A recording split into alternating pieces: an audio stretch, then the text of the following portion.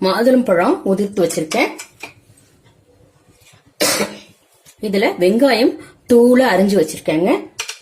பாருங்க, ஒரு கேரட் துருவி வச்சிருக்கேன். கொஞ்சம் கொத்தமல்லி நல்லா பொடியா நறுக்கி வச்சிருக்கேன். கொஞ்சம் ஃப்ரெஷ் தேங்காய் அப்படி துருவி வச்சிருக்கேன். அதுக்கப்புறம் இதுல தாளிக்கிறதுக்கு கடுகு, உளுத்தம்பருப்பு, கொஞ்சம் கடலை பருப்பு வச்சிருக்கேன். அதுல ஒரு பச்சை மிளகாய் போட்டுக்கலாம். இதுல 1/2 லெமன் புழிஞ்சு விட்டுக்கணுங்க. இப்ப இதுல தாளிச்சுக்கிறது நம்ம ஆப்ஷன் தான், டேஸ்டுக்காக நம்ம தாளிச்சுக்கலாம். இது அப்படியே நம்ம மிக்ஸ் பண்ணி கூட சாப்பிடலாம்.